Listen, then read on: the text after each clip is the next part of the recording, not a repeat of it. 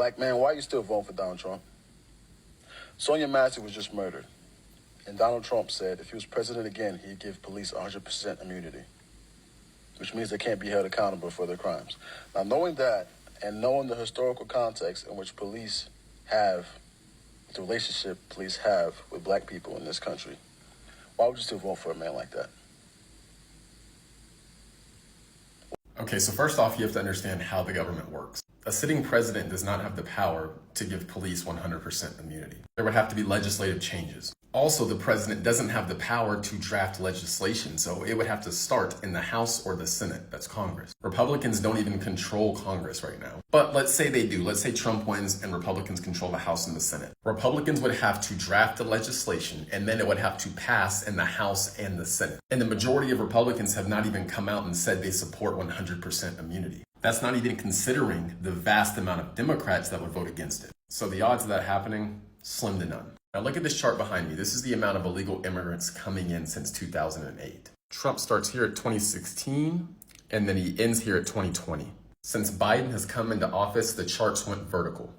Okay, Jeffrey, why does this matter? The top 5 cities with most illegal immigrants are New York, LA, Houston, Dallas, and Chicago. 4 of those 5 cities have a higher percentage of African Americans compared to the national average. We overrepresent our share of the population in these cities. And these are also the cities with the most illegal immigrants. Now, you've seen a bunch of people talking about black jobs being doctors, lawyers, vice presidents, presidents. That is not the average black American. Many black Americans work as home health aides and nursing aides. Many illegal immigrants work in the same industries. So therefore, they are literally competing with black Americans for these jobs. Construction, maintenance, catering, competing with black Americans for their jobs. Janitors, cafeteria workers competing with black Americans for their jobs. And the Democrats are willingly letting them in and then paying for them to be in a lot of these cities. They're actually doing it in a lot of cases at the detriment of the local black population. The Democrats also make black Americans perpetual victims. They actually disempower black Americans. They tell you the white man, the boogeyman, the system, everything's holding you back and we're gonna come save you. They don't, and they don't have the power to save you. And the white man is not holding you back. But as long as you believe that and you keep thinking racism and white supremacy is your biggest issue, you'll continue to vote for them. What they do is they manipulate black Americans emotionally to get their vote. The way to empower black Americans is to say, hey, you're responsible for your own life. The decisions you make will have consequences, good or bad. You are perfectly capable of going out there and accomplishing anything within reason. Your mindset and the decisions you make are the biggest things holding you back. Democrats don't tell you that. They don't empower you, they depower you. And by depowering you and making you dependent on who?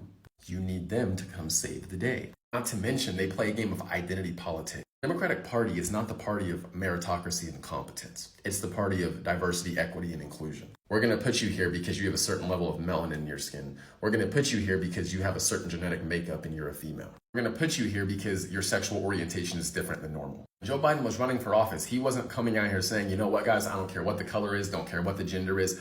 I am going to choose the most competent person available. He was not saying that. Joe Biden was saying he's going to choose a black woman for vice president. She is literally a DEI appointee.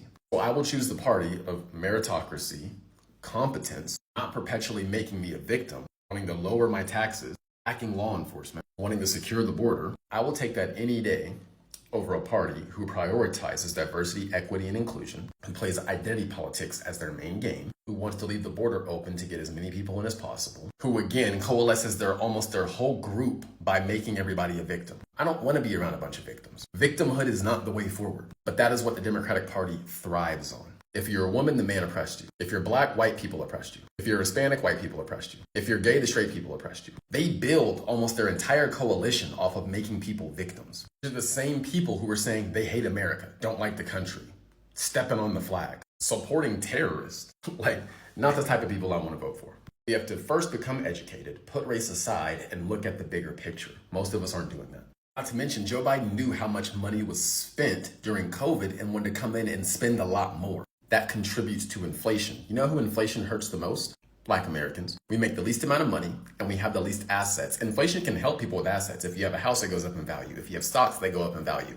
If you're surviving day to day and you don't have any assets, everything is just becoming more expensive and you're making the same amount of money. Who does that hurt the most? The people at the bottom of the totem pole. Generally speaking, Black Americans are there. We make the least money. We have the least net worth. So in a lot of cases, we're being hurt even more, but many of us don't know.